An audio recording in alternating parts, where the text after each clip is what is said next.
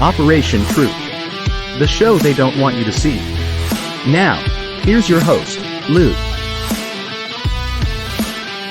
Hi, everyone. This is Operation Truth. My name is Lou Palumbo. And with us today, as usual, is our co-host, Tom Fuentes, who if you haven't figured it out by now, he's a wealth of information. He's had a rather interesting career in law enforcement, was in fact a police officer in Illinois, and had a 30-plus year career, I believe that's the number, with the FBI, and had a very distinguished career with the Bureau as well.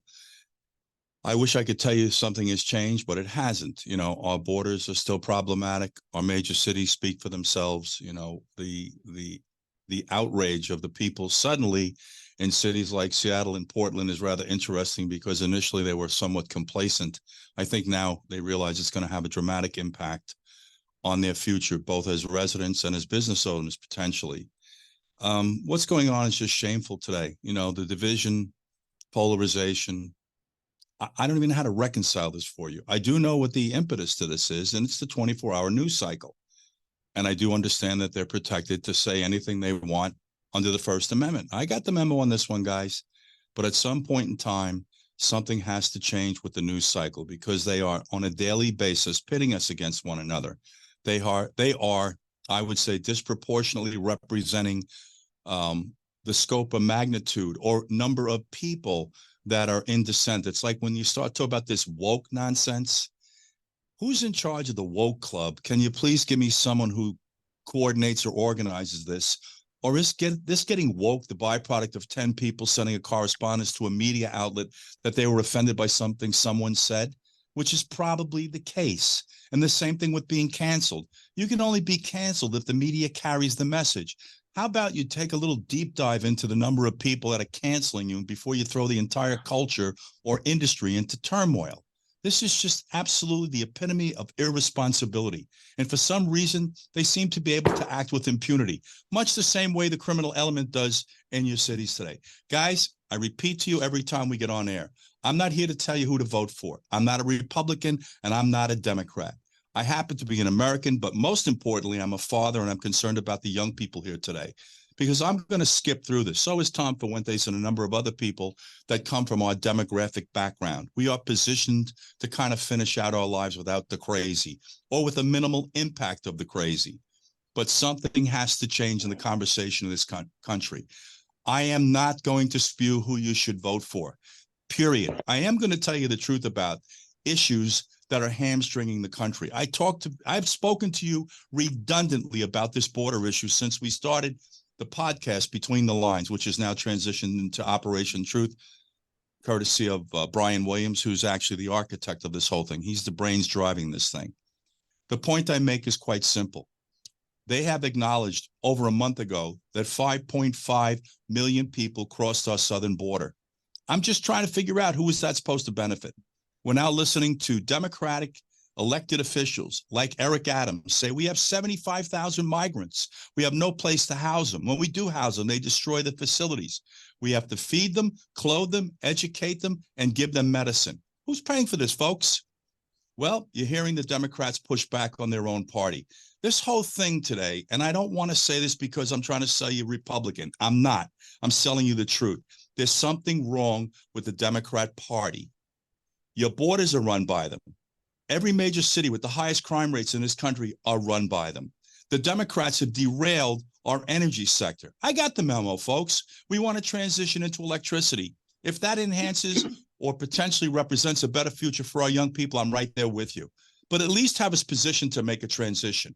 How about telling the public the truth about this transition into electricity? We're not there yet. And by the way, guys, the word that's not being spoken about, which I've spoken about before, is nuclear. It's like this big bad word based on episodes we've had, like in 3 Mile Island or in Chernobyl. I got it. I got it.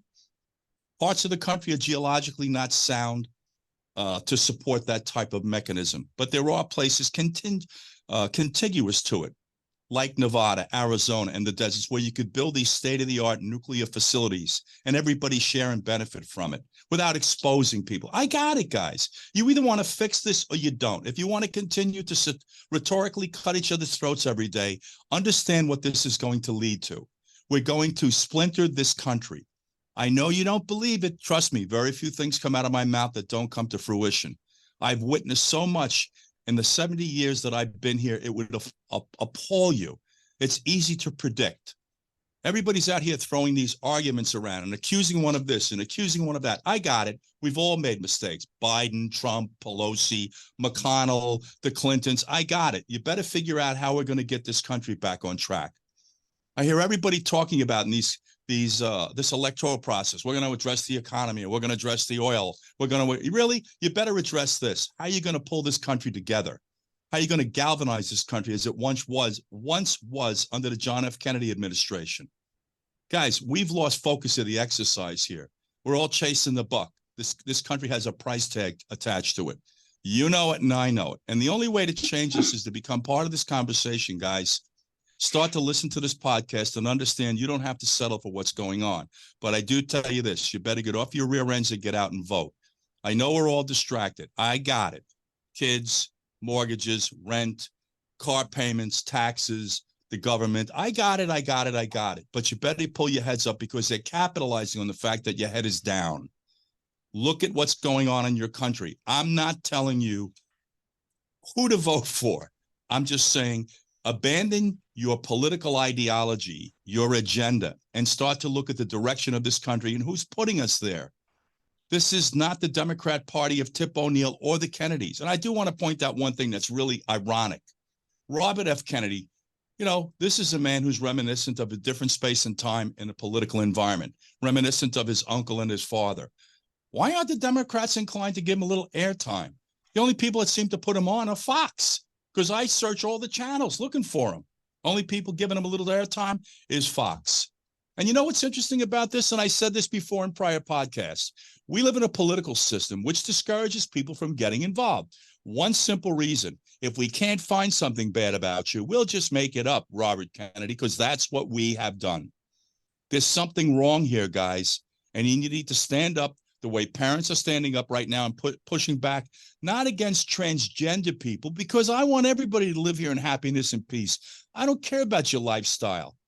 Go find some peace. And by the way, protect your privacy. And the other thing I do want to tell you, and I caution you for whatever this is worth, stay away from our 4 and 5-year-olds when you decide, you want to talk about sexuality or what their sexual preferences might be, because you're going down a very dark and dangerous road. You just have to look around the country and look at the reaction of the parents. And that reaction transcends their political ideology, so to speak.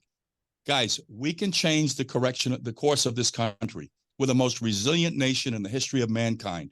We have an incredible populace. We have an incredible tool called information and the ability to disseminate information that's responsible. I go back to the media, who are agenda-driven. This is shameful. In any case, I want to get on with the program. I want to introduce, first and foremost, Christian Briggs. He is the mentor of hard asset management, and he's just smarter than I am about tenfold, especially when you speak about this economy, and in particular, the transition from the U.S. dollar to digital currency. So, Christian, I welcome you. Thank you for joining us today. I know you're busy. Thank you for having me. Yeah, what's going on today? What's going on today? Oh man, where do we start? So I always said, if you can read history, you can predict the future. I don't think there's a lot of people that would argue that, because human behavior, although it sometimes can be challenging to predict in times, but overall it is a predictable model. And so when you start to look at the definition of communism, which goes into exactly what you said earlier about different segments of the economy and different types of demographics that are trying to sway things. Definition of communism is, as Lenin would say, is to make the unbelievable believable as a reality. So when you start to get people so dumbed down and numb to 2,700 different genders, they start to accept it only because they don't want to push back. So now the unbelievable becomes believable, or at least it's allowable. And that's kind of what our society is doing. We're starting to look at social issues as being the most important things in a nation, when reality is we've got to have a strong economy to create and to maintain strength overall. So we have here social issues are starting to crumble, different ways of life or different parts of society. And while we're distracted with all that, we've got over 40 countries that have now allied together to create this new world order of such, yet to be named exactly. They call it the BRICS for short. But as we know, between August 22nd and 24th, the 41 nations that have already entered into a cooperative treaty or have initiated some kind of understanding memorandum will start to formulate this new coalition of 41 plus countries that will systematically take on the United States head to head. So while we're looking over here, distracted on one side, they're over here slowly picking our economy apart by dismantling the dollar's very use around the world and the credibility and the decoupling of it against different types of sales of oil and gas and commodities on a local level. Now it's going to be global level. And this has really put a strain on the U.S. government that we have not been able to see yet. Example, we have created a net deficit that this year will have close to $800 billion in debt payments, okay? Now, that's basically on our national debt. That's not internal liabilities and long-term care as far as like the entitlement programs. That is strictly the interest on our T-bills, otherwise known as treasuries, that we'll have to afford. And I believe we spent almost $700 billion last month alone in deficit spending. That's just in 1 month. That was June. So this year we have about $865 billion in interest payments on our debt. Next year, and I want to make sure before I say this number, put this in context, okay? Now maybe everybody will start to figure out why all the major central banks are buying world records amounts of gold, okay? So next year we have $1.8 trillion interest payments on our national debt. 4.4 trillion are the revenues of the United States government without deficit spending. Now we upped that for next year to an unlimited deficit spending mechanism in this latest fiscal budget that was passed a few months ago by the House, Senate, and signed into law. But at $1.8 trillion in debt payments, that money will leave the United States since the majority of T-bills are held by foreign governments as reserve currencies and reserve assets. That's $1.8 trillion that will be sucked out of the U.S. economy. On top of that, China has made it clear, as is Japan, they'll be taking back this year and through this year and early next year, $2 trillion out of our banks. So if you're wondering why the banks are going broke, it's not because you and I, Lou, or Tom, or anybody else we know are taking the cash out of the banks, even though we are, but not to the level the governments are. The governments are sucking the cash out of the banks in the United States, bringing them back home because the dollar is getting smashed, because the BRICS has such a strong coalition that now everybody agrees it may actually pull off what it was originally designed to do, was destroy the U.S. economy. Now, again, we go back to that same thing. Why are all the governments around the world buying more than the world's production of gold? Because they know that all currencies are starting to devalue, but most of the dollar because gold's based in dollars. So while we're worried about 2,700 different genders and all this nonsense, we've got people around the world who hate us, jealous of success, jealous of the way of life, jealous of the freedom. And so they're opposing some of the strictest economic sanctions and penalties against us in history. And unfortunately, they're succeeding because the dollar is already down, just so you know, making sure we're clear, the dollar is already down 15+% against most major currencies since late September of last year. That's what's going on. Let me ask you this, Christian. Sure. Obviously, there are certain elected officials in our government that are aware of what's trending right now. Who is actively pushing back on this? Number one. And number two, have we hit the point of no return where no matter what we do or say, we're going to have to live with this? Oh, no question. No question. We have to live with this. This is absolutely happening. The reversal is impossible. The thing that I want to make it very clear is we can slow this down to give time for the country to kind of regroup. However, this BRICS thing is absolute fluid. It is a raging river and it's going straight down and there's nothing to get in this way. We might be able to dam it up for a period of time to slow it down, but we're not going to be able to eliminate. I will say this, there's a number of members of Congress that have actually been pushing aggressively hard to understand the full scope of what we're talking about.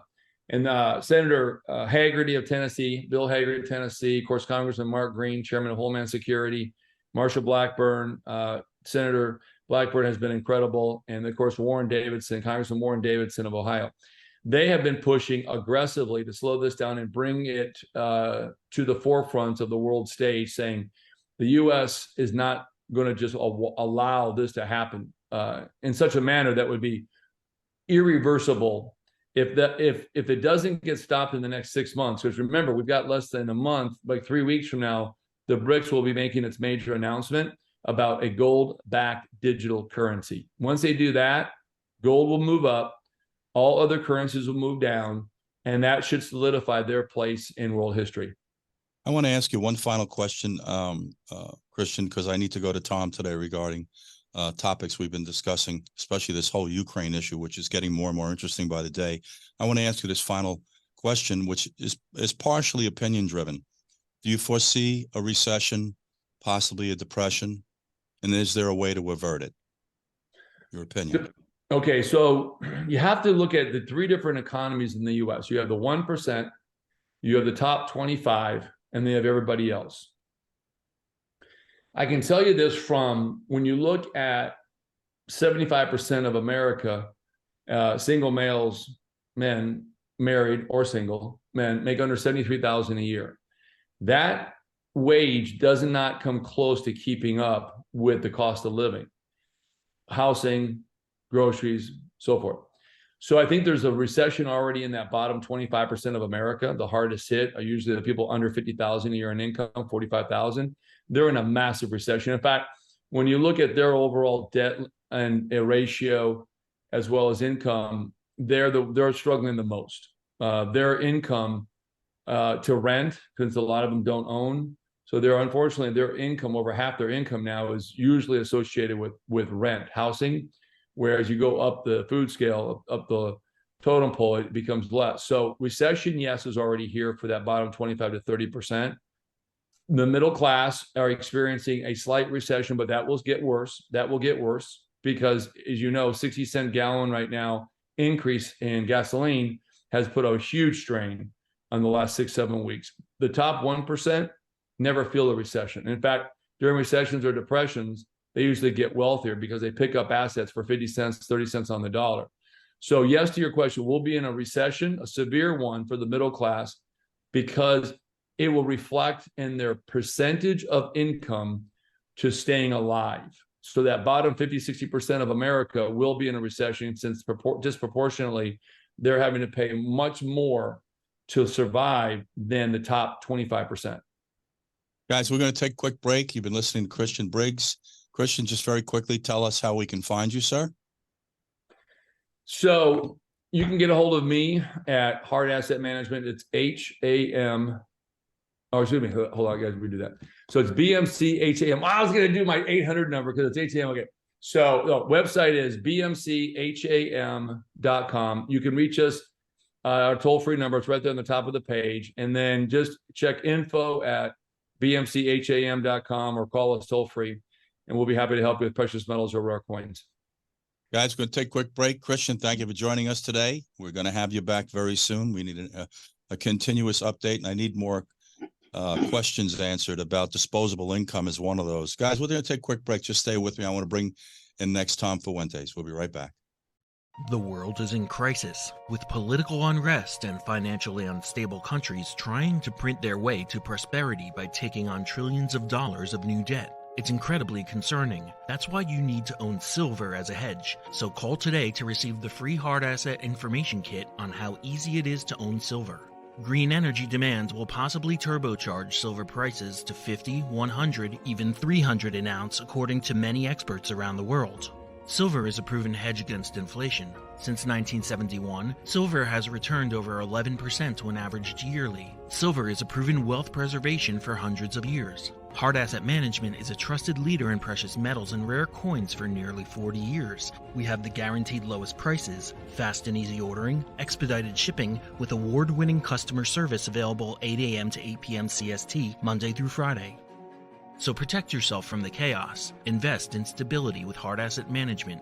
Call now and get your free Hard Asset Management information kit on how easy it is for you to own silver. 844-426-4653. 844-426-4653. We're back, ladies and gentlemen, and I'm going to introduce our co-host, Mr. Fuentes, former Assistant Director of the FBI.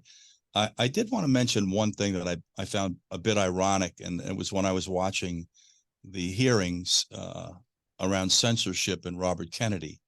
And then I'm going to go right into you, Tom, so just indulge me. I listened to Debbie Wasserman Schultz out of Florida, accusing Robert F. Kennedy Jr. of anti-Semitism, which I felt was a little ironic considering we've had Tlaib, Omar, and Jayapal recently expressing anti-Semitic sentiment. And I didn't hear any outrage, not from Bernie Sanders, who's Jewish, Chuck Schumer, who's Jewish, Wasserman Schultz, who's Jewish, any number of them. There was no outrage. I'm trying to understand how anybody who is Jewish today supports the Democratic Party, which is obviously anti-Semitic, which Robert Kennedy, I assure you, is not. But on a more important point, before I go to Tom and we get into this discussion with the Ukraine, I want to remind everyone that she acted in a subversive manner to undermine an electoral process by providing the questions in advance to debates on CNN between Bernie Sanders and Hillary Clinton. Not once, ladies and gentlemen, but twice. The result of that was loss of occupation by Donna Brazil, who kind of has disappeared. Very ironic. I don't understand how you can engage in an activities to subvert our process and hold political office. I wonder what the threshold is to get you removed. In any case, I want to bring in Tom. Tom, and there's a lot of discussion, and it's right in the forefront of our brain every day with the Ukraine. We've listened to this enormous amount of money, to almost the extent, I think, of like $115 billion that's been given in assets and money or in whatever form it's been given in. It's almost academic at this point. And I'm not opposed to supporting the Ukraine. I know that you're not, but there's this disproportionate contribution going on. But there's another attachment to this story with the Ukraine that I only had the benefit of learning about because of a conversation with Tom, to give Tom proper credit. So Tom, give us a little history on the Ukraine before we talk about what's going on today. Well, Lou, it's almost hard to figure where to start with the Ukraine. They elected a president back in 2014 who was very pro-Russian, and the United States, with our CIA and State Department and other assets, basically had him thrown out, and he fled back to Russia. And we've had new presidents in the Ukraine ever since. And the most recent one, obviously, Zelensky, who they came in and they were fairly anti-Russian. And so, that, which is exactly what we wanted. So in 2014, we started helping the Ukraine arm up to get ready so that they can attack Russia. And that starts a whole set of things going on with Putin and Russia, where he's basically saying to Ukraine, you need to stay neutral. You can't become part of NATO and have weaponry right on our border where your missiles can hit Moscow in 8 minutes. Don't do that. And Ukraine just systematically kept on becoming more and more aggressive, building up its military to the point where Russia tried to stop it. I want to make sure, let me just say one thing, Tom, so everybody who's listening understands that we're back to 2014. And the foreign policy of this country was to start to arm the Ukraine for a conflict or confrontation with Russia. So everybody heard what Tom said. Just not that it went in your left ear and out your right ear. Is that what we just said, Tom? Yes, basically, yes. Okay, continue. I apologize for the interruption. Crimea, which when Ukraine was separated from the old Soviet Union, back when the Soviet Union collapsed in 92, and they let Ukraine become an independent country. And at that time, the leadership in Russia later admitted to making the mistake of letting Crimea go to Ukraine, not stay part of Russia. Now, what's interesting, everybody says, the Russians took Crimea from the Ukrainians. Crimea was part of Russia since the 1780s. It was the only warm water port in the entire huge country of Russia for their navy, was in Sevastopol, Crimea. Now, their other port, their major port, is in Murmansk in northern Russia, which is under ice about half the year in the wintertime. Now, in the Hunt for Red October movie, you see the submarine leaving in the icy waters, going out to sea. That's from the port in Murmansk. That's where their main submarine base is. But the warm water port for the Black Sea Fleet, the surface vessels, is in Crimea. And so when Crimea goes to Ukraine, well, as long as the two countries have been getting along together since 1992, it was not that big of a deal. But then when things changed politically in the Ukraine, so that the leadership now was turning against Russia, and the Ukrainian military was bombing its own Ukrainian citizens in the eastern provinces, the Donbass region. Now, that part of, if that was the United States, that would be like the mid-Atlantic states in the United States, and like the rest of the United States bombing Virginia, North Carolina, South Carolina, Maryland, because the people there mainly spoke Russian, and the Ukrainians decided, you have to become more Ukrainian. Stop using the Russian language. Stop observing Russian traditions. You know, you're part of the Ukraine. And they were basically like, can't we get along and live in peace? And the military in the Ukraine said no, basically. So that region, the Donbass, turned to Russia for help. And they said, please, is there any way you can get Ukraine to stop killing us? Stop bombing our schools and hospitals, apartment buildings, that type of thing. And so Russia, basically, Putin has been telling the Ukraine for a while, stop it. And of course, they ignored that. Now, meantime, Russia in last year, in February last year, they decided to send a moderate amount of military just to show that they're serious. And they had their tanks going down the road toward Kyiv, the capital of the Ukraine, and also going into southeast Ukraine, the Donbass region, to help there. And Putin did that as a tactic to try to get negotiations going with Zelensky. Zelensky said, okay, we'll negotiate. We should talk about this to prevent an all-out war. And that's when Boris Johnson from the UK and President Biden basically say, no negotiations. Stop it. And the U.S. regarded the Russian military and the Russian regime like it was the end of the Soviet Empire back in '92. They're weak. They have bad management. They don't know what they're doing. Their military's no good. And that was the direction they looked at, like Russia could be completely intimidated. So there's no talks. There's none of that. And then when Putin realized that Putin ends up in an unofficial negotiation with Zelensky, and Zelensky says, yeah, we'll talk about some of these issues. So Putin, in good faith, pulls out. He backs his tanks out of the road to Kyiv and maintains, the presence in southeastern or eastern part, the Donbass region. But Ukraine in no way intended to negotiate, no way was going to be allowed to negotiate, because it became the United States puppet, basically. And as far as the U.S. is concerned, the Ukrainian soldiers became cannon fodder for our attempt to go after Russia. I want to take a quick break, guys. And when I come back, I want to ask Tom about presidential administrations during this little window of time. And we already should be able to connect some of those dots. We'll be right back, guys. This is Operation Truth. We have Tom Fuentes, former assistant director of the FBI, speaking once again quite intelligently to another very important topic. We'll be right back, guys. Stay with me. Silver is a proven wealth preservation for hundreds of years. Hard Asset Management is a trusted leader in precious metals and rare coins for nearly 40 years. We have the guaranteed lowest prices, fast and easy ordering, expedited shipping, with award-winning customer service available 8 a.m. to 8 p.m. CST, Monday through Friday. So protect yourself from the chaos. Invest in stability with Hard Asset Management. Call now and get your free Hard Asset Management information kit on how easy it is for you to own silver. 844-426-4653. 844-426-4653. And we have Tom Fuentes in discussion about the Ukraine, and not so much about what's going on right now, which he will get into, but a little bit about the history. And I would almost use the term meddling in very loose context with Boris Johnson and our political administration at the time. So, Tom, give me some background about who was sitting in office when all of these little undercurrents were taking place.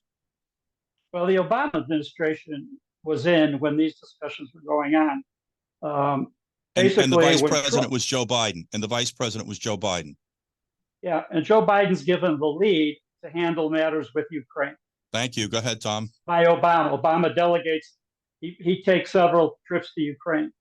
Now, I don't know when exactly to introduce this topic, but my nearly 30 years as an FBI agent, all the way up to senior executive, preceded by 6 years as a police officer just outside Chicago, have led me to believe that one of the greatest evils in a society is public political corruption, where you bribe a senior official, however the means are, and then they owe you and do what you want, policy-wise or whatever it might be, to help you get contracts you want to get, something like that.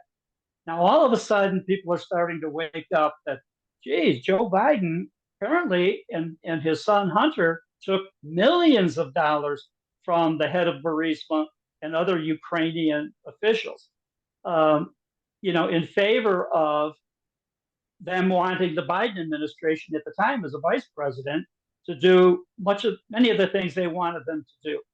Now, is it a coincidence that since Joe Biden has become president, that hundreds of billions of dollars have gone to Ukraine, some in cash, equipment, support, you name it, almost everything Zelensky has asked for of the United States, he's gotten. And it's just curious that it's like, why is it Joe Biden never says no? Or what exactly are you doing? Now, one of the other factors here is that there was a convention in the capital of Belarus, Minsk, which Putin, number of EU representatives, Angela Merkel at the time, Macron, other high-ranking officials attended this meeting. And in the meeting, it was agreed that the Ukraine would stop shelling its own citizens in the Donbass region of the Ukraine. And everybody's happy. Putin said, all right, I'm satisfied with that. That's what we want. We don't want, the Russians that live there and happen to be Russian-speaking Ukrainians getting killed. Later, it comes out within the past year, Angela Merkel and Macron and other participants in that meeting said, we didn't really mean it. We lied to Putin. We just wanted to buy enough time so that we could send arms and equipment into Ukraine and build up their army so that they could attack Russia. Now, if you're Putin, you're sitting in Moscow, and you get this confirmed, they lied to your face only for the purpose of helping the Ukraine build its military to attack you. And you're looking at that. What's it going to take to get them to not do that, to not attack me, to not attack Russia? So the Ukraine, which is something the United States, or Russia, does something the U.S. could not do if we wanted to. They decide we're going to build up our military to be prepared for this, and their own version of the military-industrial complex goes into 24/7, 365-day-a-year war production. Their artillery, their shells, their tanks, their missile launchers, their radar units, their air cover, all of that now for the last 2 years has been in dramatic production. Now, this is what the United States did in World War II. We get into World War II, we're caught flat-footed at Pearl Harbor, then the Germans declare war on us, and we don't have adequate military equipment, military officials to wage a war on one front, much less two fronts around the world. So our production of the Ford Motor Company or Chevrolet or Chrysler or companies that Whirlpool, instead of making washing machines, all of these companies changed their production lines to make war equipment, to make Jeeps and tanks instead of cars, to make warplanes instead of private planes. All of this goes in, and at the end of World War II, the United States has the biggest, strongest, mightiest military in the history of the world. And at that time, we had 12.2 million military people in uniform worldwide, and we dominated. Now, one of the things the United States did differently than after the end of World War I and every other war was they didn't completely abolish the military, created camps, forts all over the world. We have, I think, 800 now, where we have military assets placed around the world. And that begins obviously during the Cold War, following World War II, but extending all the way to the present, where we use our military to impose our political will wherever we can. And, basically that's what's been going on. And so now we're imposing our military will using Ukraine and their 350,000 soldiers that are estimated to have been killed in this battle, but using them as, a surrogate for the United States. We're not going to put our troops on the ground. We're not going to endanger Americans, but the Ukrainians, they're expendable. We don't care about them. Well, we claim, we're so cautious about, it's so terrible, but not really. You know what, guys? We're going to have to wrap this episode, but that's not going to wrap this conversation. We're going to come right back to the next episode and pick up where we left off regarding the Ukraine. I am going to ask Tom to talk about this concept, proxy war. In general, guys, we have a very toxic political environment, and we need to change things. I hear people are upset. They're reminding us every day of all the egregious policies we had in slavery and ethnically cleansing the indigenous people. I fully understand where you're going with all of this, and I'm not arguing with you. I just tell you this: you have to learn from the mistakes that you brush up against in life and push forward, which we're not doing. If you're inclined to want to change the conversation, reinfuse some decency, civility, some dignity, respect, common sense, logic, and reason, I encourage you to reach out to us, guys. We're going to wrap this episode. We're going to come right back to you with the next episode. We're going to continue discussion about the Ukraine because it's highly relevant to where we're going today in potential scenarios. Guys, thank you for joining Operation Truth. I want to thank Tom Fuentes, my co-host, for his incredible amount of knowledge that he's garnered in his lifetime. Interesting journey he's had, much like myself, just different avenues. We'll see you shortly. Stay with us.